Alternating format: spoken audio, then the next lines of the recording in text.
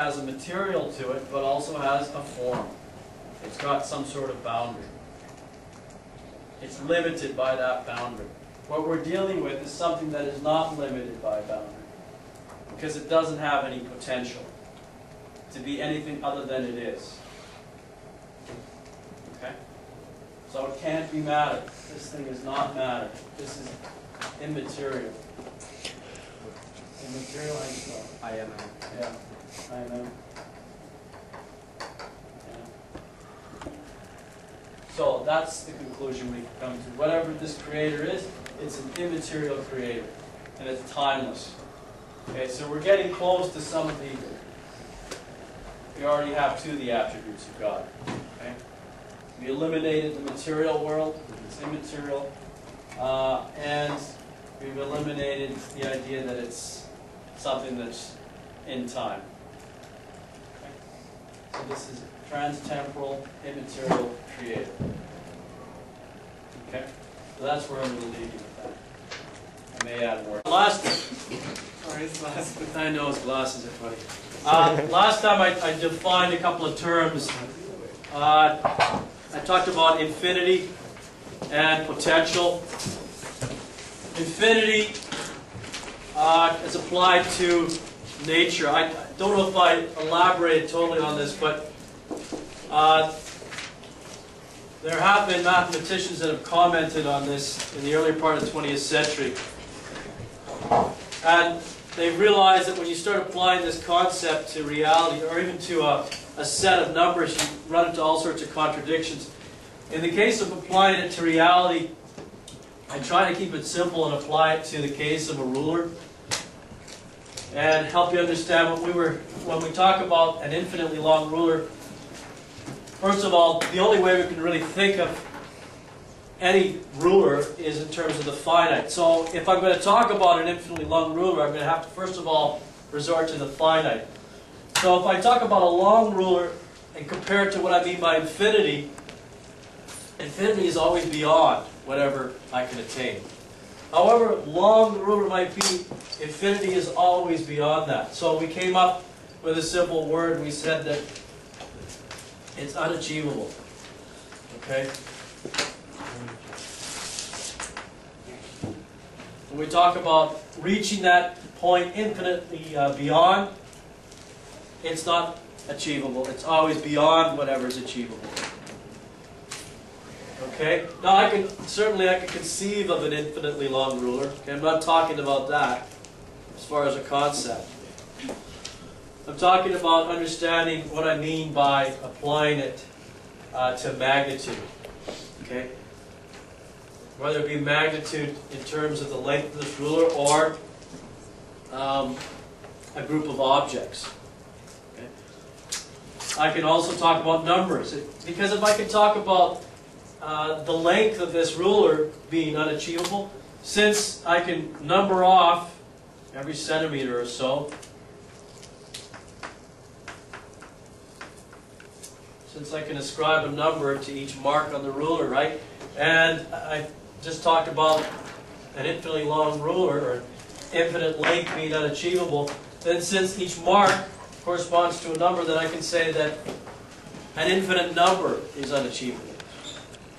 And whatever number I talk about on this ruler, which again, there's a one-to-one correspondence with its length. If I talk about 100 or 100,000 meter long ruler, okay, the infinitely long ruler is obviously beyond that. So the number infinity, okay, is always beyond whatever is achievable. It's unachievable. In fact, it's not really, strictly speaking, I think, right to talk about infinity as a number as you would 1, 2, 3, 4, 5. Because when you're talking about 1, 2, 3, 4, 5, 6, 7, 8, 9, 10, there's always a one-to-one correspondence between that number, okay, and an object, okay, or a certain amount of objects. Okay? So infinity is not a number in the sense that 1, 2, 3, 4, 5, 6, 7, or etc. Okay, so I wanted to get that concept across to you, and I no doubt there's going to be someone out there who's going to argue and say, what have I heard? I've heard, oh, you can have an infinitely long ruler, Okay? Even though the infinite length is unattainable. Well, I can deal with that later. And there is a philosophical argument against there being a discrepancy, right? Because the length and the existence actually are related to each other in the sense that the existence is dependent on the length. Okay, now, why, another question I have is why can I ascribe the attribute, the characteristic of infinity to God, but not to reality, or not to reality, I don't want to use reality, because God is reality, not to nature. Okay? When we talk about the infinite as applied to God, we're applying it to something that's not material. We're applying it to the immaterial. All I'm saying is that the concept of infinity can be thought of, but when you try to really apply it to the natural world, to material objects, you can't do it. It doesn't work. Again, this is supported by some of the top mathematicians of the 20th century. It was found that when they applied it to number sets, the concept of infinity to number sets, that they came up with all sorts of contradictions. Now, let's see here. Okay, so I'll write down two statements, and then we'll see whether we can prove one of them as correct or not.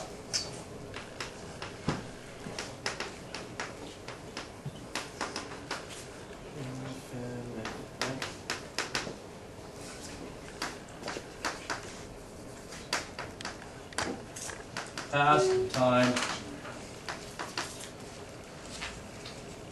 I'm just trying to stay within the constraints here in the boundary.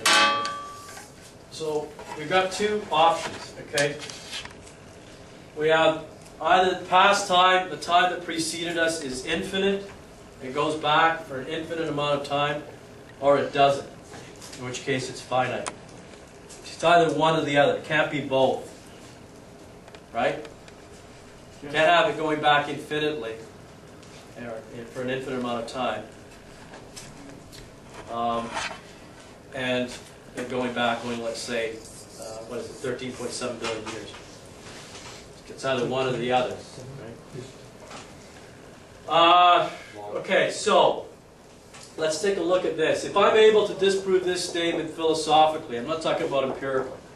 If I'm able to show that this is false philosophically, then this must automatically be true. Is that correct?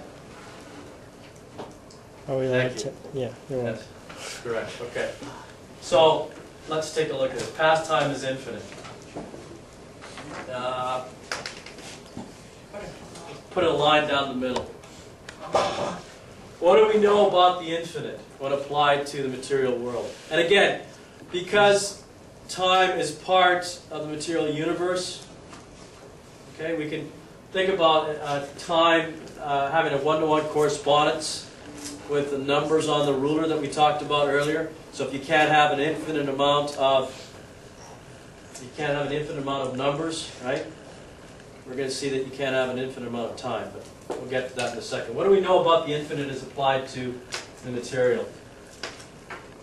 It's what we call unachievable, right? I need more room.